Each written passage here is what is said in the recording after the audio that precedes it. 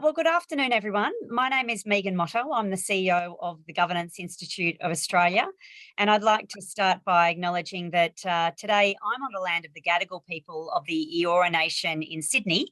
But I recognise that given that we've got a diverse group on this webinar, geographically at the very least, we are from all around the country, I imagine, and even abroad. So I acknowledge the traditional owners of the lands on which we meet, wherever that might be in Australia that you are, and I pay my respects to elders past, present and emerging. And in particular, I'd like to acknowledge and reflect on the fact that our Indigenous populations participation in the business structures that we have, both through the executive and director communities, is not where we need it to be. And that's one of the topics that I'm sure that we'll talk about today, because I know I've been asked questions, why doesn't your survey cover, for example, areas like LGBTQI or Indigenous? And there are some good reasons for that. And I'm sure that David might answer that. So look, welcome to everyone, and pay my respects again. Look, the format of today, we've been doing this work with Watermark Search for quite some years now. I'm really proud to be associated with it. It's such an important topic of diversity. Just in terms of the format for today, I'll be introducing our two speakers in Rebecca and David, and then David will make some opening remarks with regards to the survey results for 2022. And well, it's not a survey, it's an analysis of 2022, and then we will open up a bit of discussion between the two panelists and a bit of facilitated Q&A. And I'm also then going to be jumping in and out of the Q&A chat, the Q&A function on the chat. So please start entering your questions whenever they may arise. Don't wait to the end. If you hear something that piques your interest, please pop a question in the chat, and we will come to that either through the session or at the end. So please participate, because we're here to answer questions as well as talk to each other. But to start off with today, I'd like to introduce our two panelists, and in no particular order, I might come to Rebecca first. So Rebecca is currently chairman of ASX 100 listed Oz Minerables Limited, non-executive director of Macquarie Group and Macquarie Bank, and non-executive director of Goodman Group. She's chairman of Investor Wholesale Funds Management Limited and Investor Office Management Holdings. She's also very heavily involved in the not-for-profit sector. Rebecca is the Victorian chair of the AICD and also on the national board, and is also a member of Chief Executive Women and a member of the ASIC Director Consultative Panel, and also a volunteer member with Kilfinnan Australia. So welcome, Rebecca. David is the managing partner of Watermark Search, Australia's leading search firm with a focus on executive search, board directors, and the largest interim executive practice in Australia. Now, they've been researching the trends on board diversity for a decade, and in partnership with the Governance Institute, release their findings each year. David's qualifications are in psychology, and he is accredited on several leadership assessments and advises clients on how to create high-performing boards and leadership teams. So, David, before I throw to you, just a couple of reflections from me. We're going to look at some of the issues today on two levels, and really try and do a little bit of a deep dive, because this is a topic of conversation, and particularly around in the gender space. We've been having this conversation for quite some time, albeit that the lens is clearly not shifting as fast as we'd like it to, and we're still, we are seeing movement, but not as quickly as we would certainly like. So the deep dive that we'd like to do is to really get into some of the practical measures around how boards can look at diversity both within their organisations, because once again, Rebecca, I know Chief Executive Women has been doing some great work around the number of females, for example, in the leadership and executive ranks. And I think we can translate a lot of those findings to looking at other aspects and elements of diversity in the leadership ranks. And that goes back to the question of how diversity and inclusion link together as a conversation. Diversity is asking someone to turn up to the party. Inclusion is asking them to dance and really be part of it. But we really want to get into some of the practical ways that boards can look at this, both within their organisations, because we know that executives end up being our director ranks at some point in the future, but also how boards can kickstart the conversation right here, right now, today, to have the sorts of boards that reflect the communities that we serve. And we're simply not seeing that to be the truth. So I'm very excited to get into this conversation. And without any further ado, I'm going to throw to David to take us through some highlights from this year's findings. Thank you, Megan, and thanks for the warm introduction. And pleasure to be here, everyone. I hope you find this discussion useful. I'm going to just share a few slides with you that hopefully will speak to some of the points that were found in our analysis. I think the first thing to note is the scope of the study. So we look at every seat on the ASX 300. It's over 2,000 seats.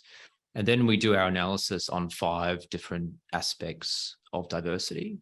As Megan touched on, gender has been visible and talked about for quite some time. We took a decision a few years ago that we wanted to look at it beyond gender, and we've made some analysis on these. And the study is quite comprehensive. There's over 30,000 pieces of discrete data that we look at. But as a result of us doing it for the best part of a decade, we now have some pretty significant trends. And when we're game enough, we make some projections around where that could see us going in the future. But they're the 5 components that we look at. So I'll just talk you through the highlights from what we've found. I mean, I think it's reasonably obvious that the trend is positive for gender, but to Megan's point, probably not at the pace that we're all be comfortable with. But the trend is very positive. And I think that if you look at, when we were doing some of this data in 2016, I've got some data there, that it's increased nearly 70% during that time. So there is significant movement on that.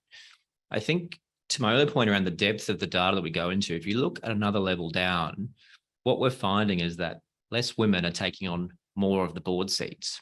And so that doesn't really fulfill the purpose around having more women directors on boards. We're having a small number of women on boards that take up more of the seats. And it's certainly a perspective I'd like to ask Rebecca around when we get to the discussion, particularly around overboarding and the bandwidth of directors have to deal with these issues that are becoming more and more frequent. If I talk to cultural background, this is the one that's personally probably the most agitating for me, because we have really gone nowhere on this for some time. It is absolutely stagnating, and the projections continue to be that way. And to Megan's point, it's not reflective of the society in which we operate. And so, we have some suggestions on how we could move that forward. But until it becomes a larger priority and more visible for boards and executive teams, we're a little concerned that trend is going to continue. For those of you who are curious on the definitions, we use the Australian Human Rights Commission definitions in their thinking around leading for change. Skills and experience, I think gone are the days where it was only an accountant and or a lawyer on a board. That we're seeing that trend decline, particularly for accountants. And our projections suggest that will decline to roughly 30% over the next few years, and then we'll probably hold there indefinitely. I think some of the interesting data is around what is that being replaced with, and one of the areas is certainly technology. We're certainly seeing an increase around that, and the technology skill set that people can bring to boards. It's becoming an increasing need for when we're engaged to appoint board directors around people's exposure to technology.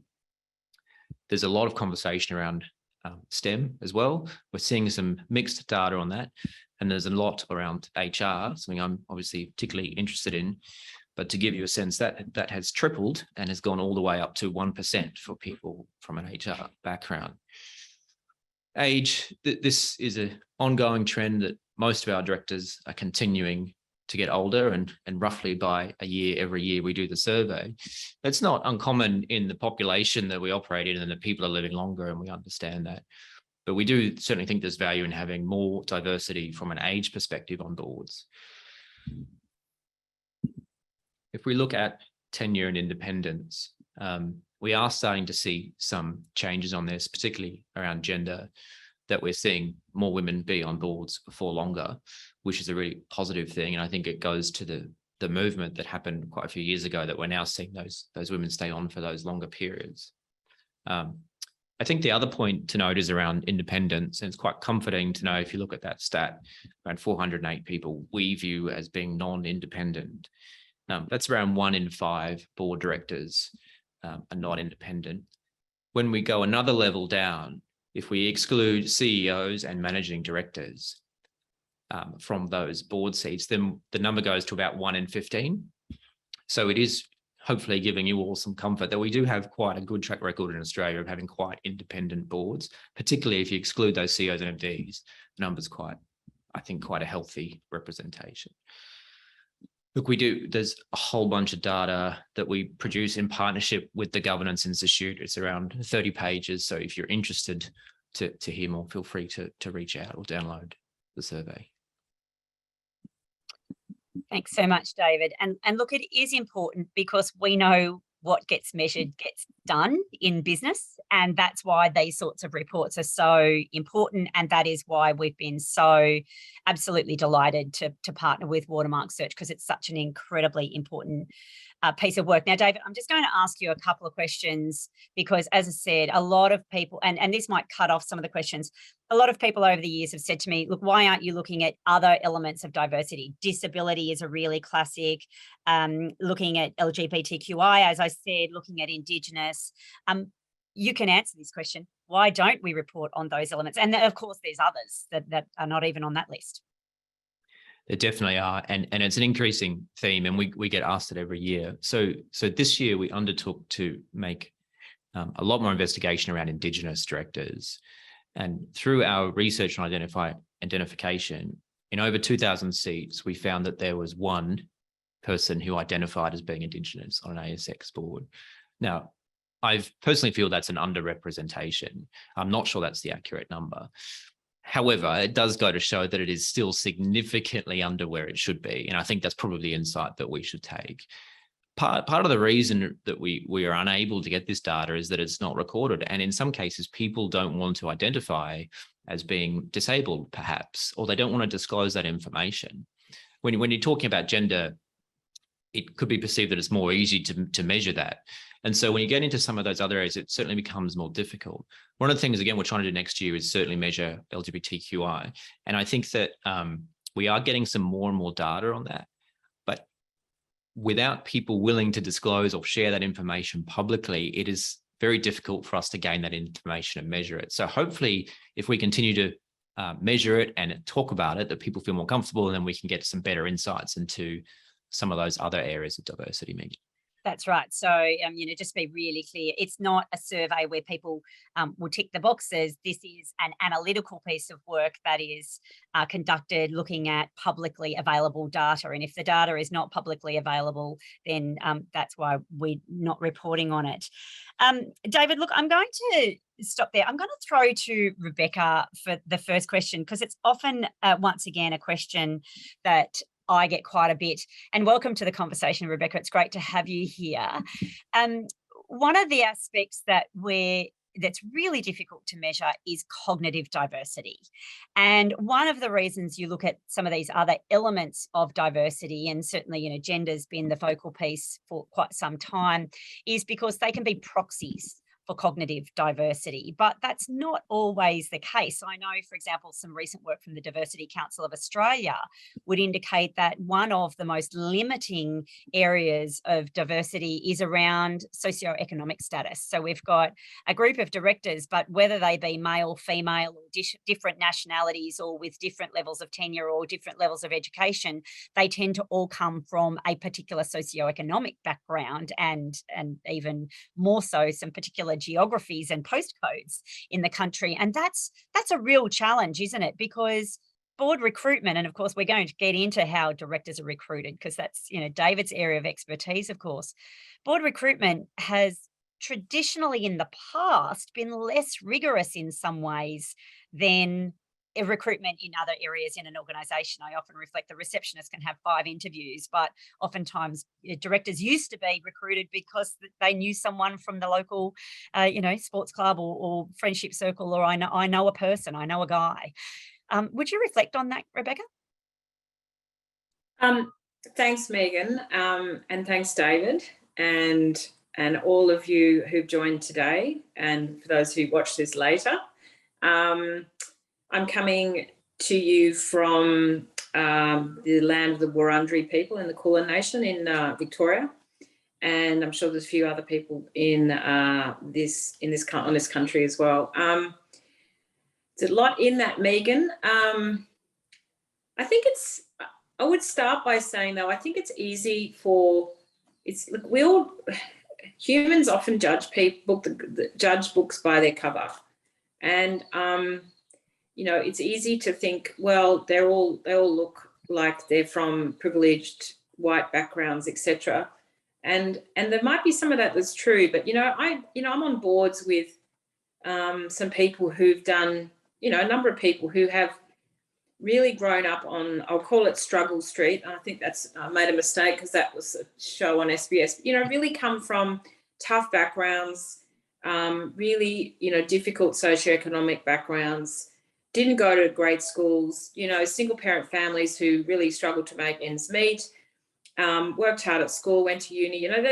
They're exemplars of people who have,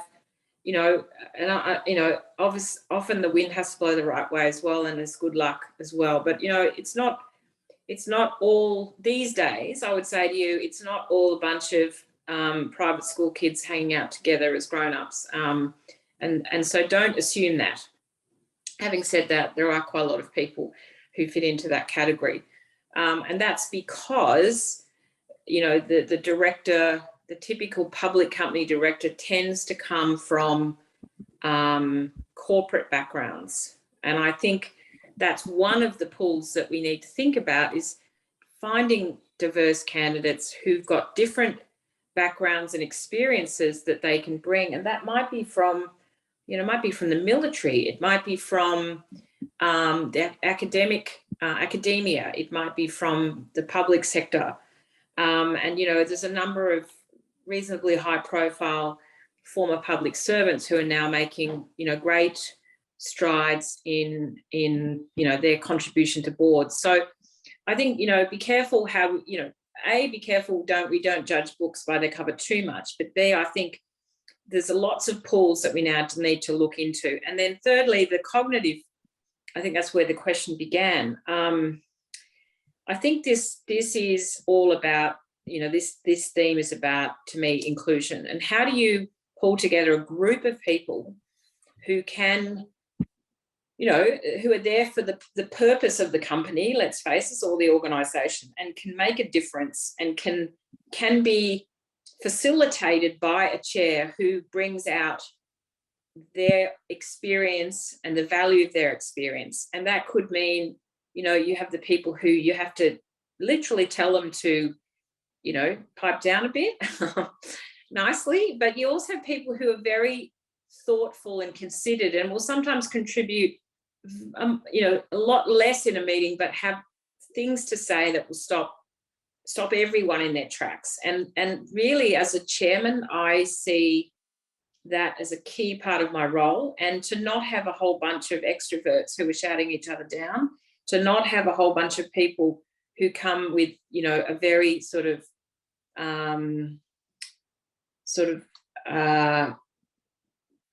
homogenous set of behaviours and abilities, and that's another topic we can get into. But that's a challenging but important role of a chair, both in selection but also in allowing that diversity, or that cognitive diversity, to really come out.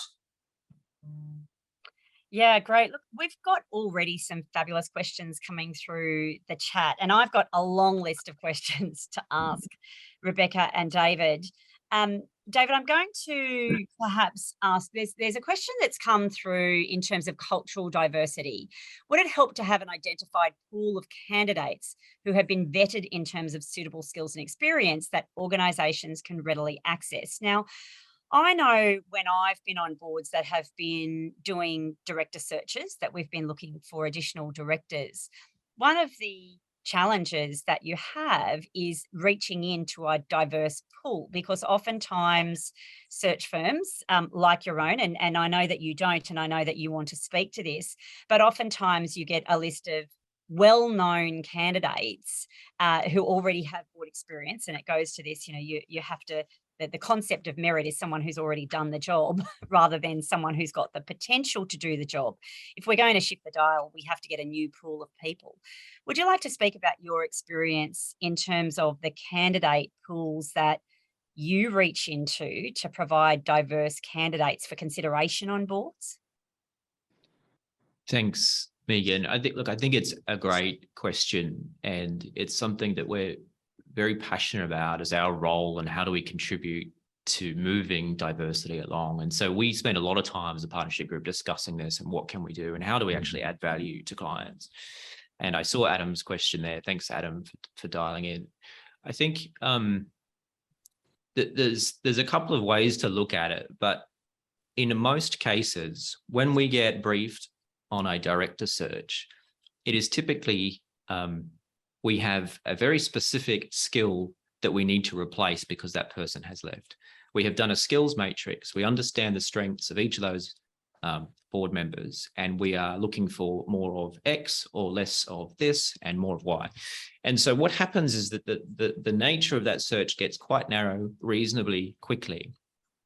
What we do as a search firm is we regularly challenge chairs and boards to think about, it's not only about what they've done in the past, it's what they could bring to your table. And to Rebecca's point as a chair, the role of the chair is critical in bringing out the best in those directors. And so, we might go to Rebecca after this and potentially sharing how that she could do that and what she looks for in doing that.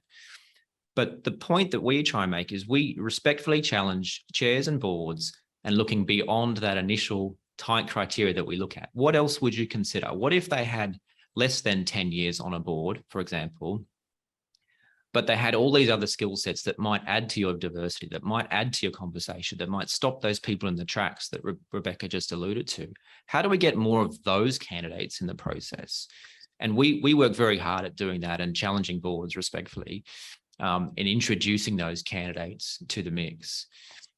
In my experience, in most cases, boards are looking to hire the least risky person to the seat. And we can understand the reason for doing that. But ultimately, the lens is coming from how much experience have they had on similar boards. And as a result, that gives us comfort, that gives our shareholders, that gives our staff, that gives our stakeholders some comfort. But I think where we're starting to get to is we need to look beyond that. What else can we bring? What other angles do they bring to the board that really adds value to the discussion at the boardroom table?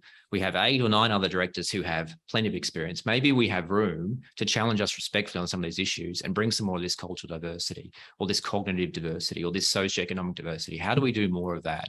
And as a firm, that's what we're trying to do to make a difference on that.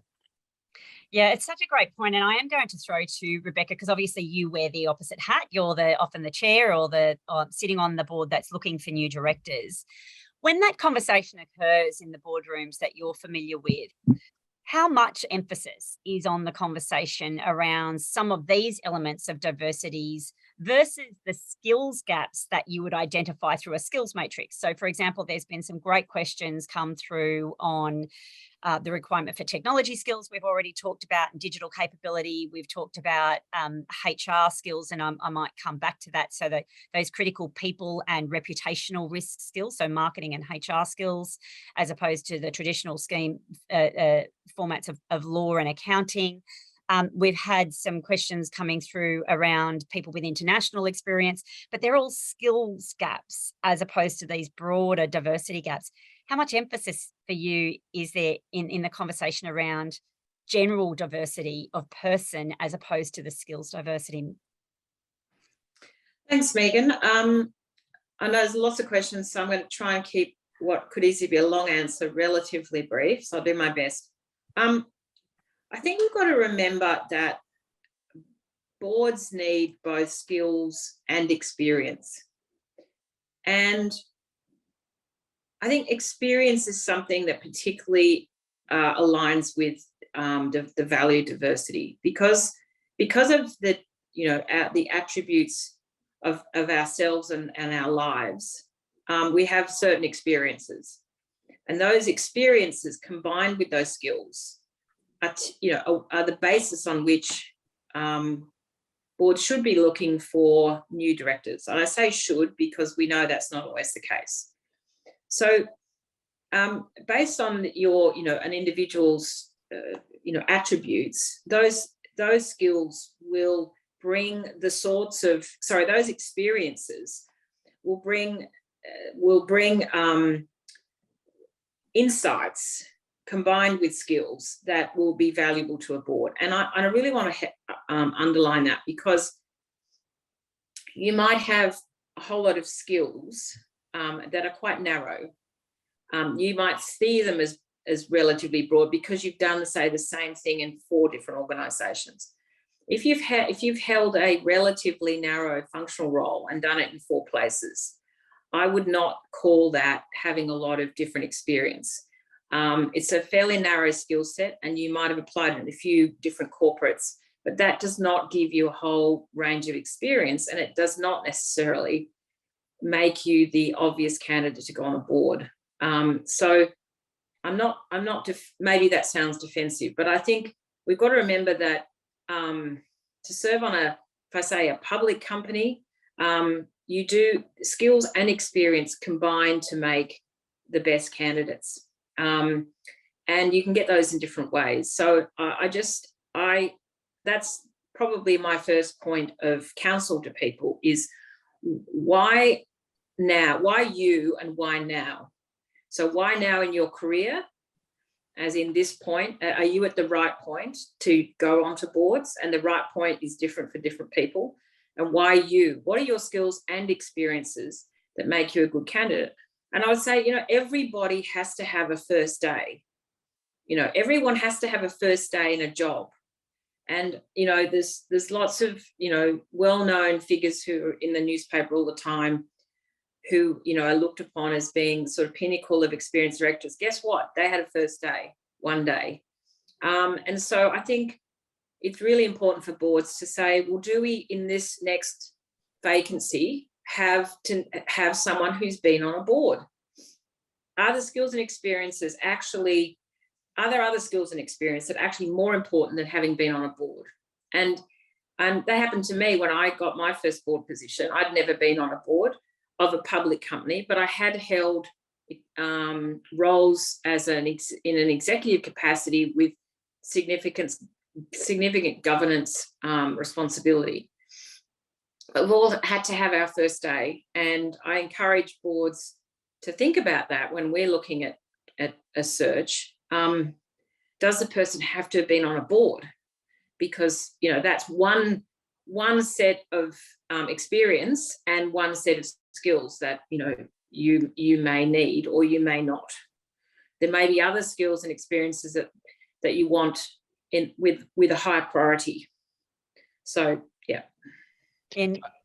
Go for it, David. I was just going to echo what Rebecca was saying there, and suggest that's evidence. I hope that you hear from a forward-thinking chair and a progressive chair around how can we be more open on the skills that we need that are actually going to create a constructive dialogue at the boardroom table. And we're seeing that more and more. And I think that the more that we challenge that and ask those questions, and also have directors on boards, this cohort that's tuning in is predominantly on a board of some sort. And that I think that as a non-exec, you also have an important role to play in challenging the chair and challenging the board around what are the skills that we need in this seat.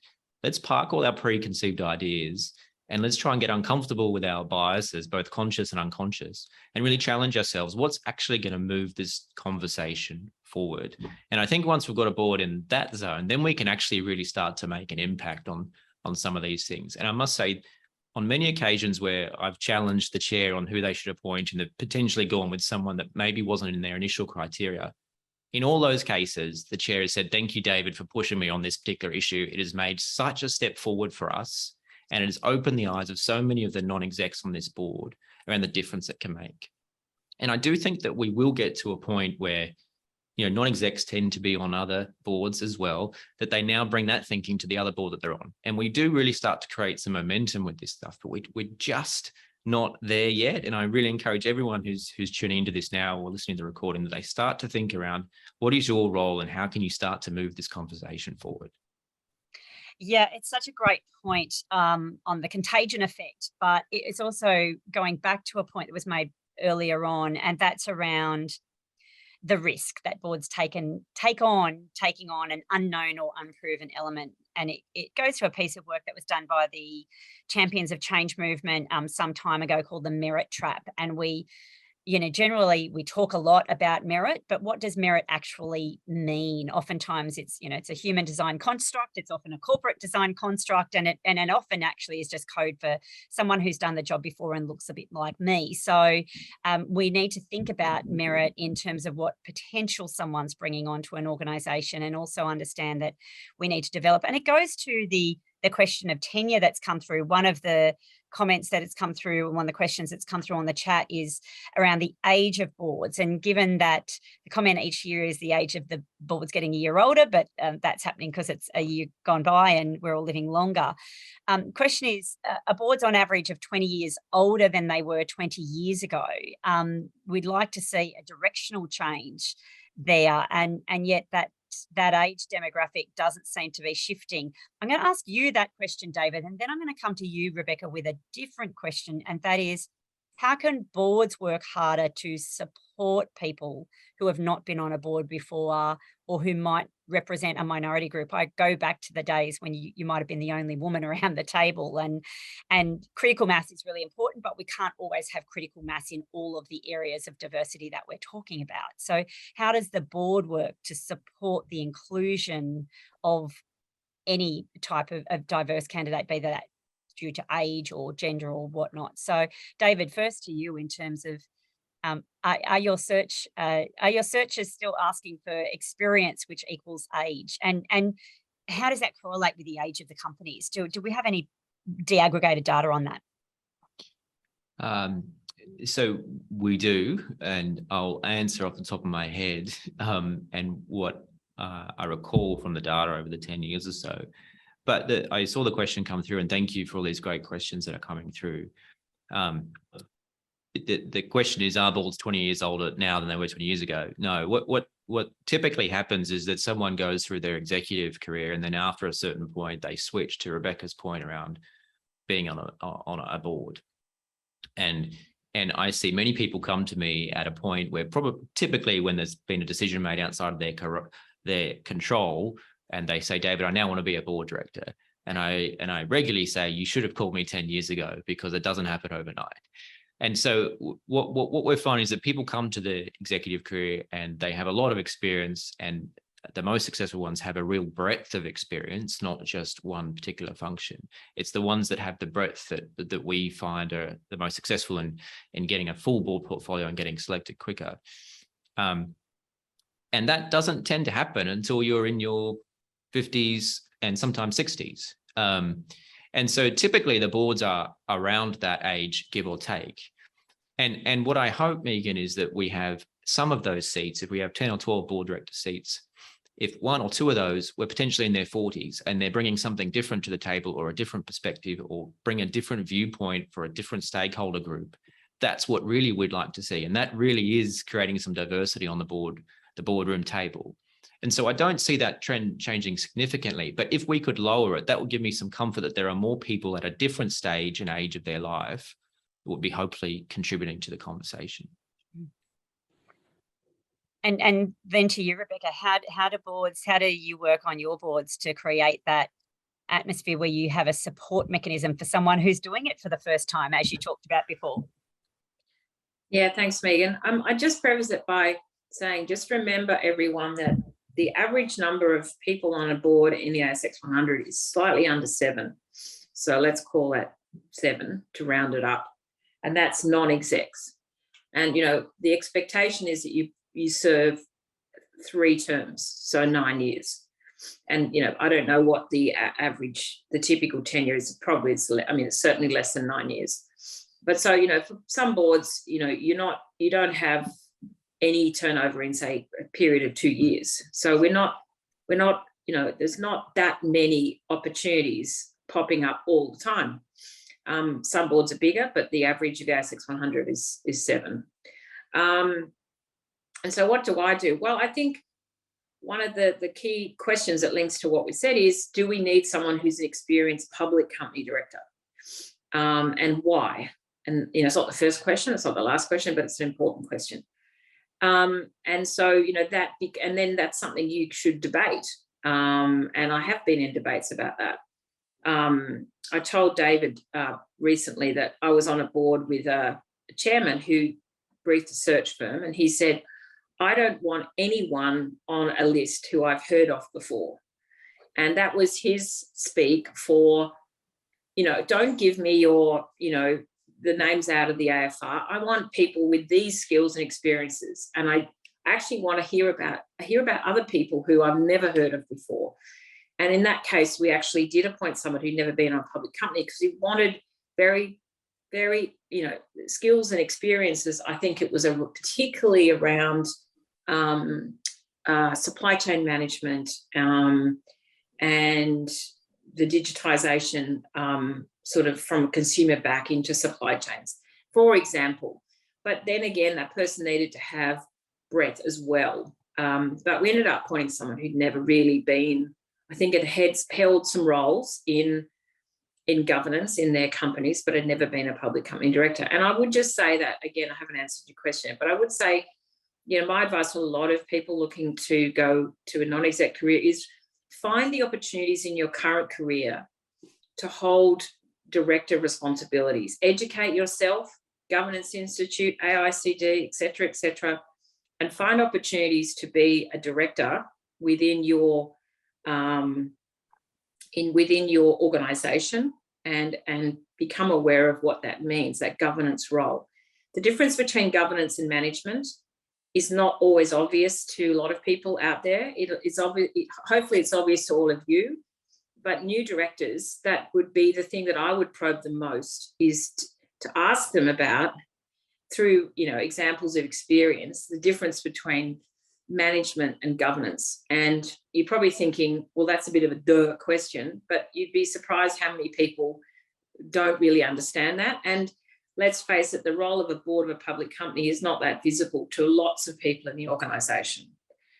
I'm in organisations where I don't think most people understand the role of the board, and I think that's an opportunity. But anyway, so as a chair, I think there's a whole lot of what I call direct education, which benefits all new directors, and that is spending time with lots of different tranches of people and parts of the organisation. And that the most important thing there is, for the new director, is to understand the culture in the business and the way things get done. Because in most companies, there's the way things get done that's in the manual or in the policy, and then there's the way things actually get done. So be out and spend time with the people, spend time with the operations, not too much because you're there to observe, but to make sure that you understand how the purpose is coming to life in the organisation. And then I would say, for a new director, I would, as a chair, have offline discussions with the person, between meetings. I like to think I actively bring all voices into the room particularly on material issues. I always do that.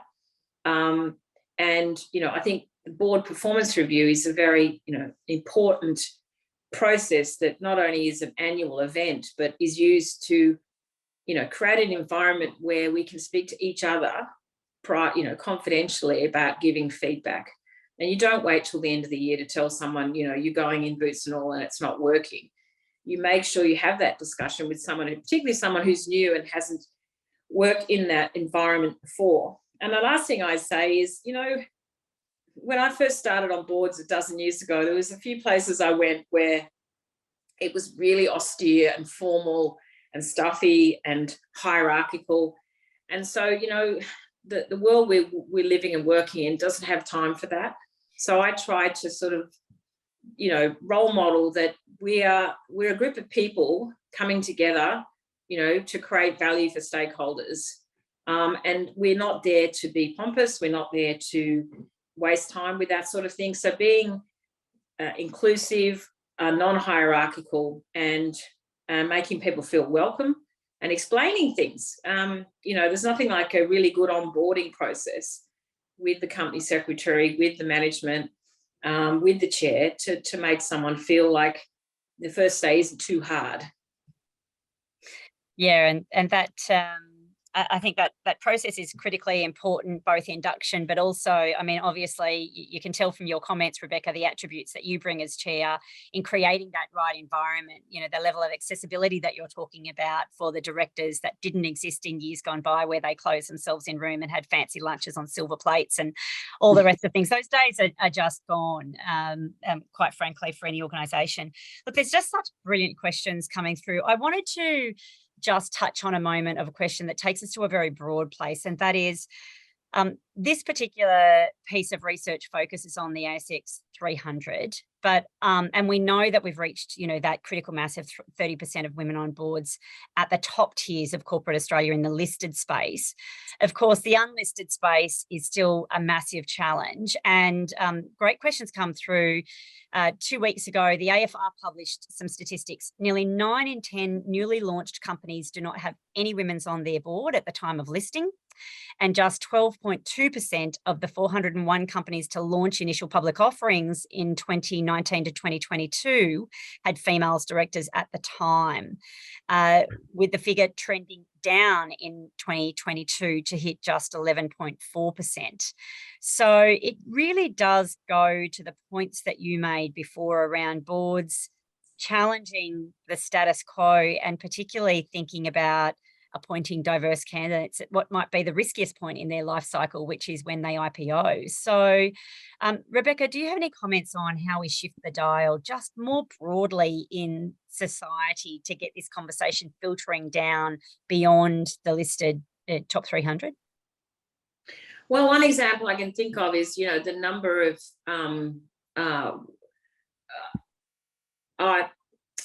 of startups that get, early stage funding that are led by women. And there's some terrific groups like Scale Investors, who is one group I've been involved in, who are all about investing in companies who are led by women, because the statistics show that in sort of the last 20 years in Wall Street, let alone other financial centres, if you go to pitch and if as a woman to get early stage investor support, your likelihood of success is, I can't even remember the numbers. It was so insignificant that it was almost zero.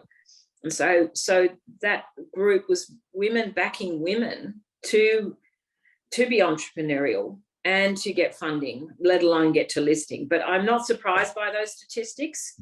And, there's I suppose it's that sort of,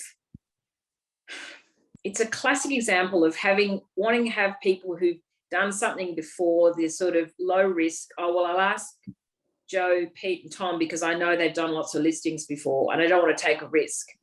And so, I'd say, well, sure, go and ask maybe Joe and Pete, but what about 2 other people who have deep experience in that and skill in that sector or that community or that area? And it's not rocket science. Going through risk listing is not rocket science. You need experience, you need good advice, but maybe the opportunity diversity brings can get a different or better outcome. And that's how I think about diversity, is you're bringing people with different skills and experience that together will create a better outcome. And you have to believe that. It's a fundamental element of diversity, is you have to believe that. And there's so much research that backs it up.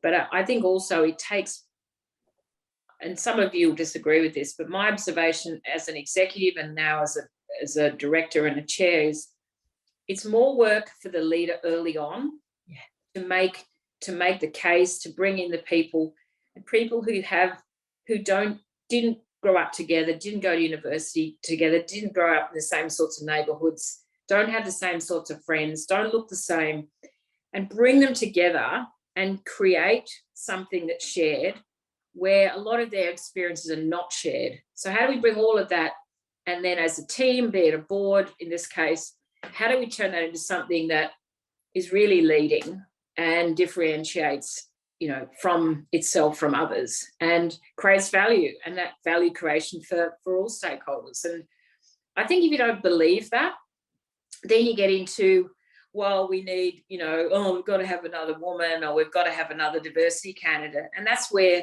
people from those minority groups feel like a number, as opposed, because, it's this sort of, well, we better do it because we're being shamed.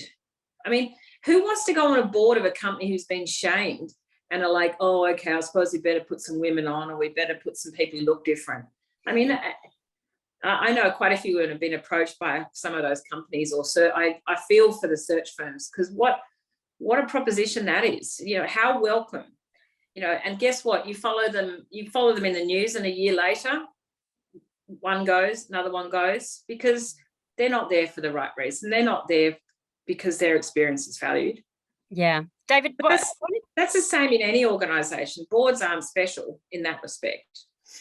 Yeah, David, and I'd love you to talk about, once again, the experience that you see from your side of the table on this, because those statistics from the AFR a couple of weeks ago definitely talk to the fact that the message on the benefits of diversity have filtered to those companies that have, for example, reporting responsibilities against WGEA or ASX listing principle responsibilities under the listing, the guidelines and principles.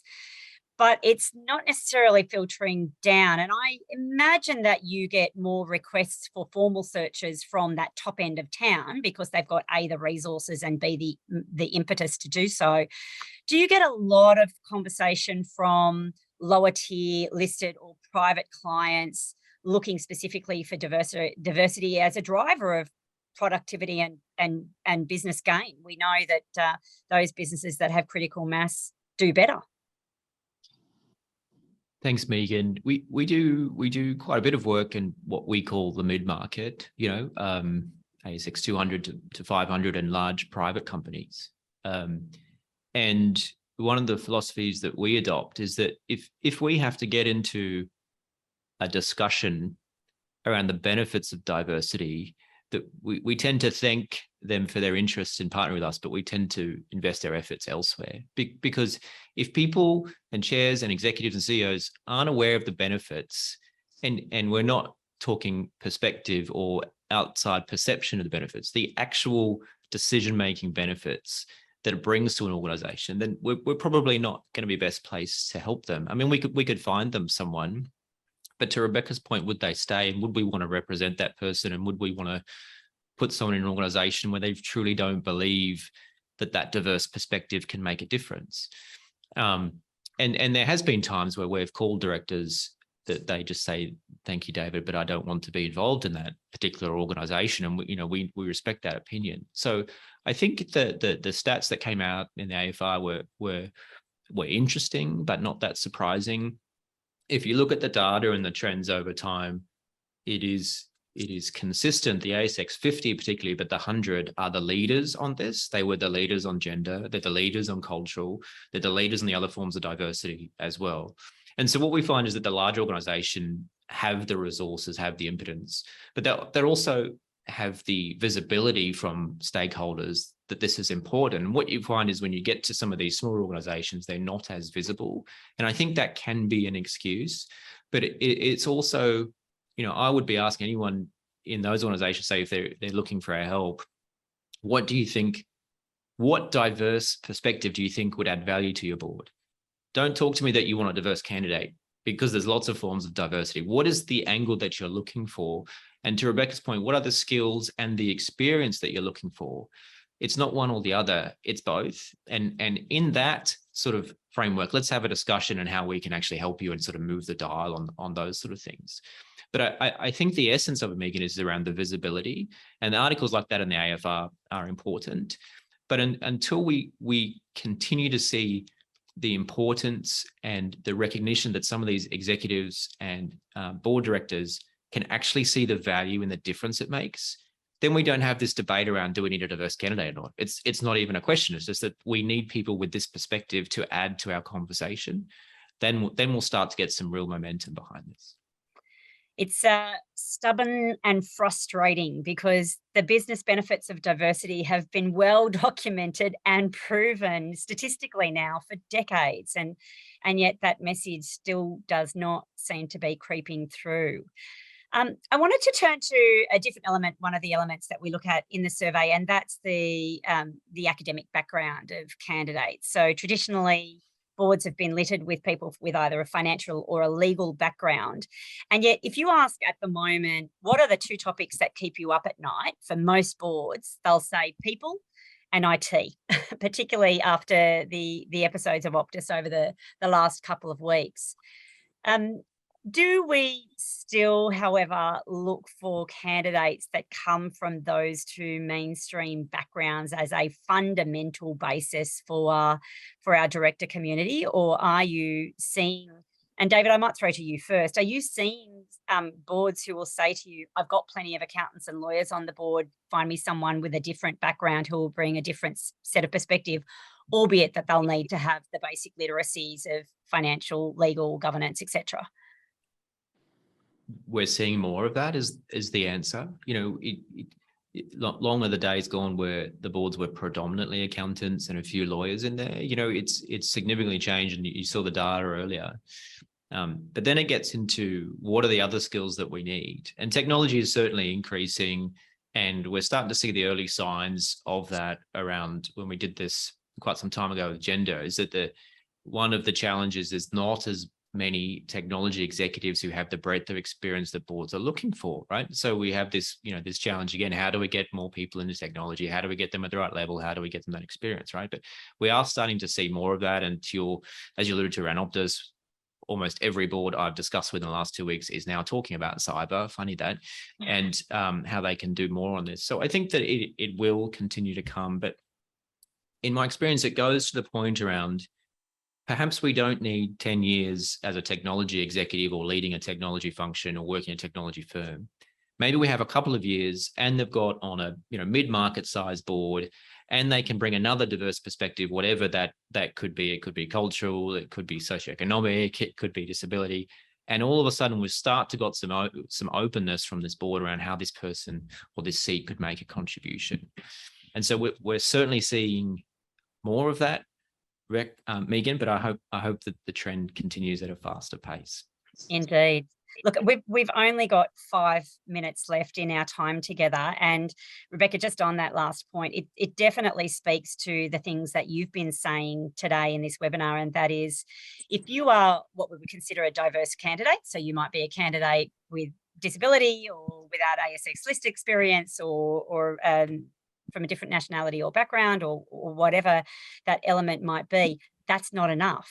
You have to think about how to broaden your experience to make you a candidate that a board would have appetite to take on board, and breadth of experience is really key for those executive ranks. So I'm going to finish off with a quick 1 minute from each of you. Rebecca, outside of broadening your experience, what's the one piece of advice that you would give to diverse candidates or for boards who are looking for diverse candidates in terms of how to bypass the unconscious bias that exists in all of us? It exists in boards looking from the outside in, that people look for people that look like them, but it also happens inside individuals that say, I'm not ready for this job. So how do we break down those unconscious biases? I would say two things to think about. One is, have I achieved and made the most of my career such that now's a good time to become a non-executive? And there's no right answer to that. There's directors who feel they were discriminated against because they're in their 70s. I know a couple. There's some who are banging on the door who are in their 30s and 40s and say, why can't young people be on boards? And there are some great examples of younger, high-profile directors going on public companies. Probably not enough. But, there's quite a lot of really smart young entrepreneurs who would be, I shouldn't say this, but be bored out of their minds by being in some public company board meetings. It's just not their cup of tea. And so then the challenge is, can you mix it up, being an entrepreneur, being on boards, all that sort of thing. But where am I at in my career? Have I done the things I wanted to do as an executive? Because typically in Australia, for example, you can't mix it up. And the other thing is, why do I want to be on a board? And have that discussion with colleagues, with other people who are on boards. What is it that what drives me to want to do this? And why would a board want me? And I find too many people can't answer that question. I get approached by a lot of people at AICD functions who feel almost discriminated against. And their experience is way too narrow, way too narrow, more narrow than, you would believe. And they think that they're perfect to go on a board. Just remember, as I said, 6 or 7 seats on a board. We can't have one of everything in the corporate or executive or business world. So we're looking for people with breadth as well as sometimes with depth. And I would rather have someone who's really good at risk management than who's an absolute narrow, incredibly world famous guru on cyber risk. Hope I don't regret that. But being really good at risk management and experience at risk management at governance level, cyber is one of those key risks, but there's lots of other big risks facing companies, and you can bring in the experts. Now that might be contentious, but that's gone on for more than a minute. There's a few bits and pieces for you, Megan. Thanks. All right, David, I hate to cut you short, but 30 seconds. I think as and when you get a call from a firm like ours and we suggest that you think about something, try to find a way to consider it rather than not consider it. We hear a lot of timing's not right, or I'm busy, or I'm not ready yet. The reality is, to Rebecca's point, they don't come up that often. So if there's some interest or there's some awareness or it's part of your longer term goal, trying to find a way to consider it and answer those questions Rebecca has suggested. And I think that we'll start to shift the dial on some of that. Just looking at your Q&A, I'm not based in the city. I'm sitting in Melbourne today, but I live in regional Victoria, and I know a number of people who live in regional areas. 3 of my directors in Oz Minerals don't live in capital cities. I know numerous people who live in regional New South Wales and Victoria. It's not a prerequisite at all. Doesn't matter where you live. Yeah, great. Fantastic. Well, look, on that note, it is my job to keep us to time today, and I'm just on time. So thank you so much. To Rebecca's point, if you're an executive looking for governance training, please check out the Governance Institute of Australia's resources. We have everything from short courses and Governance 101 to postgraduate studies. I'm currently doing a graduate diploma in corporate governance and risk management, which is not for the faint-hearted, but certainly equips you very well to go on any board in the country. David, thank you so much for the work that you continue to do with Watermark Search. It's such important work, and we really thank you for partnering with the Governance Institute on this report. Rebecca, thank you so much for being with us today. Thank you to all of our attendees, and I'll say goodbye.